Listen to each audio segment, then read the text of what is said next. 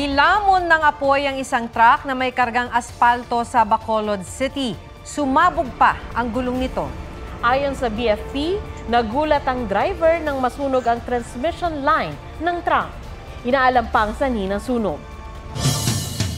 Pinag-aaralan ng DOH na ipagbawal ang mga mukbang vlog na posibleng delikado raw sa mga nagmumukbang at nanonood ng ganitong vlog. Posible raw iban niya sakaling mapatunayang ito ang ikinamatay ng isang content creator. May report si Mariz Umali. Nakilala ang content creator na si Dong Zapatan sa kanyang mukbang vlogs. Pero noong June 13, Hi mga idol, kain tayo mga idol. Chicken. Matapos umanong kumain ng piniritong manok, inatake siya sa puso at pumanaw. Nababahala sa insidenteng ito ang Department of Health.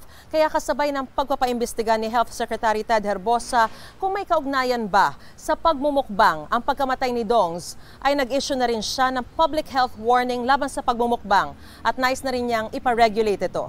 It's a bad practice because people make content by overeating, and overeating is not healthy.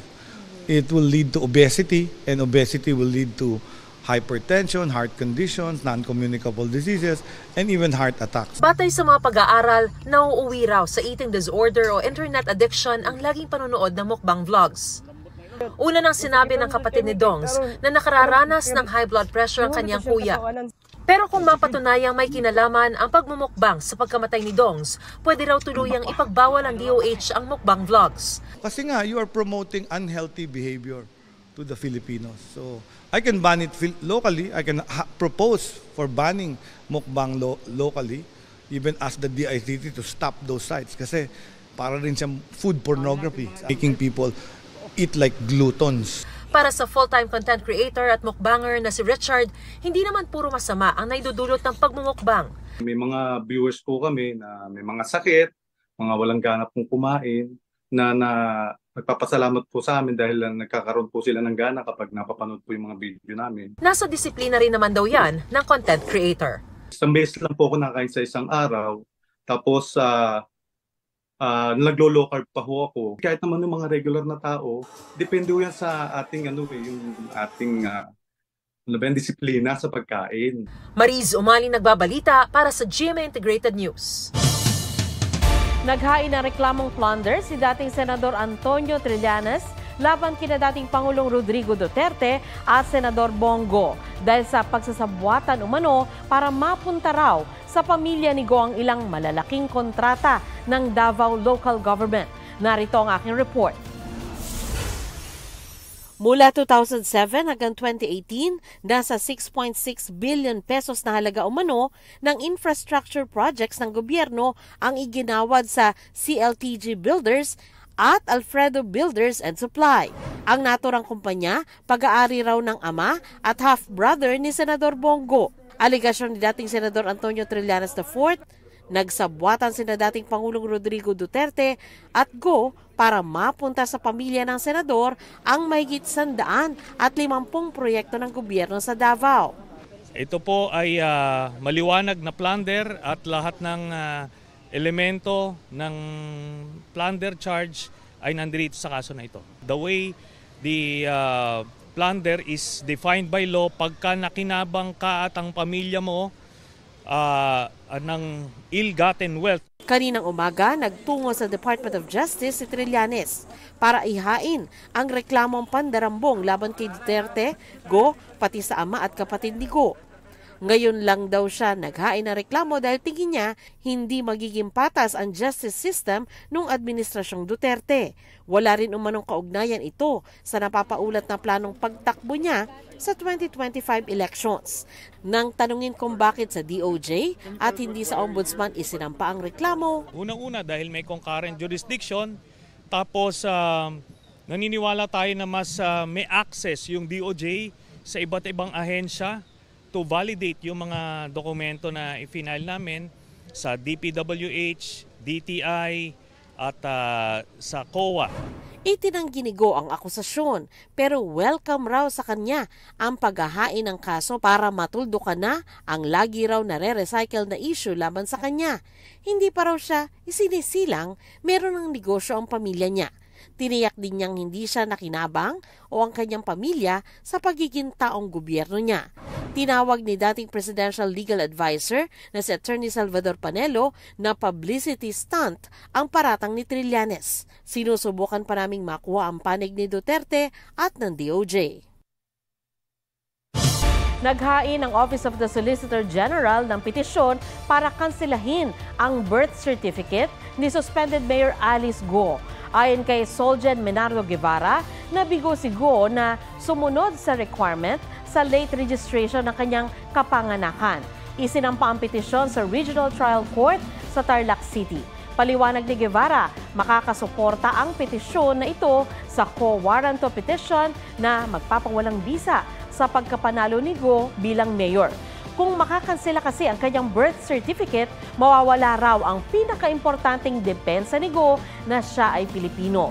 Nagbabala naman si Senador Win Gatchalian na posibleng arestuhin na ng Senado si Go kundi pa rin ito dadalo sa susunod na Senate hearing.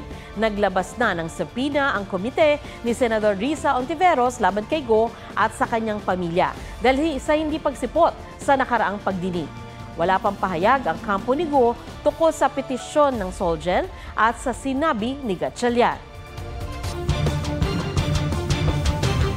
Huli sa akto ang pagnanakaw ng cellphone sa isang arcade sa Cebu City. Kwento ng biktima, nirecord nila ang kanilang paglalaro sa arcade gamit ang cellphone ng kanyang kaibigan. Pasimpleng lumapit ang isang lalaki at mabilis nitong tinangay ang cellphone na nasa loob ng bag. Mabuti na lang at alisto ang biktima kaya nabawi niya ang cellphone.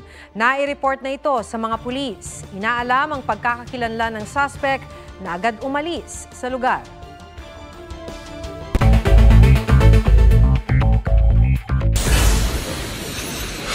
Kalsada sa Bagong Bayan, Sultan Kudarat naputol sa pagragasa ng malakas na tubig bunsod na masamang panahon. Sa South UP, Maguindanao del Sur, umapaw naman ang tubig mula sa isang creek kaya hirap makadaan ng ilang motorista sa lakas ng agos. Ang masamang panahon sa ilang lugar sa Mindanao ay bunsod ng Intertropical Convergence Zone ayon sa Pag-asa. 29 pesos kada kilo na bigas mabibili ng mga senior citizen, PWD, single mothers at 4-piece beneficiaries. Tig 5 kilo lamang ang pwede nilang mabili sa piling Kadiwa stores sa Metro Manila at Bulacan. Pang-iimpluwensya ng China sa ilang sektor tulad ng LGUs at media dapat daw bantayan ayon sa Armed Forces of the Philippines. National Security Council kinumpirmang may ilang individual at grupo na tumutulong sa pagpapalaganap ng naratibo at impluwensya ng China. Pagsusuot ng patch ng watawat ng Pilipinas inutos ng AFP sa mga sundalo bilang simbolo ng pagiging makabayan.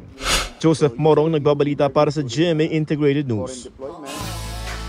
Kasama ba kayo sa mahigit 1 bilyong tao sa buong mundo na physically inactive o kulang sa ehersisyo?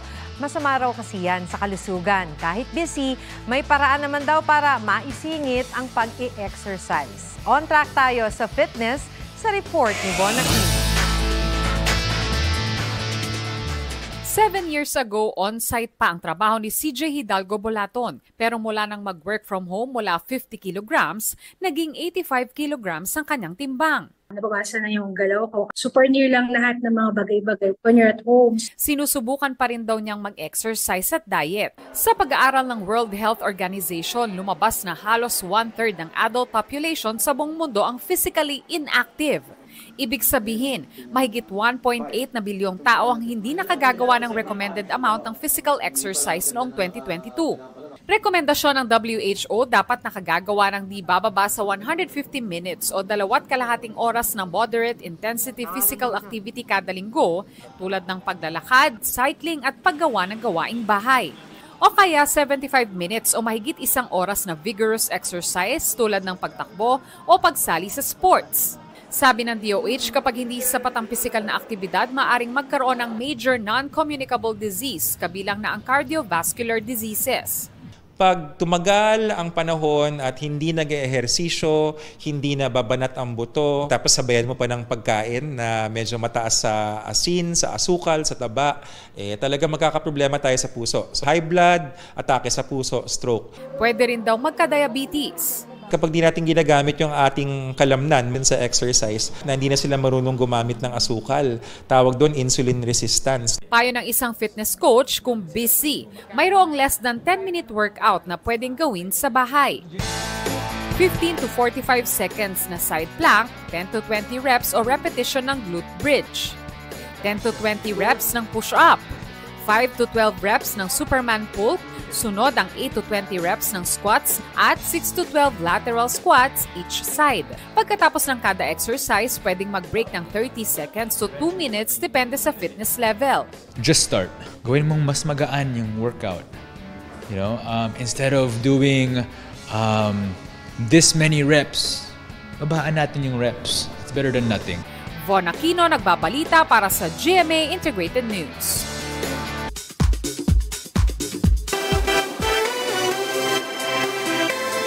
Josh Cullen ng SB19 at Sakta Budlo na produkto ng The Boys Kids magpe-perform sa Round Festival 2024 sa South Korea. Excited at kabado raw si Josh, lalo't ilang bigating artists mula sa ASEAN countries ang kasama rin na magtatanghal. Ang maalala ko lang, lumaki kasi ako sa farm. Kasama ko yung papa ko. New character unlocked, Morgana Go, bagong ginagampanan ni Pinky Amador sa hit afternoon prime series na Abot Kamay na Pangarap. May prosthetic siya at kailangan matutong mag-Chinese para ma-achieve ang character. Jeneline Mercado at Dennis Trillo ibinahagi ang groundbreaking ng kanilang dream home. OG runners na si Haha at Bianca Umali makikisaya sa Running Man Philippines. Nelson Canlas nagbabalita para sa GMA Integrated News.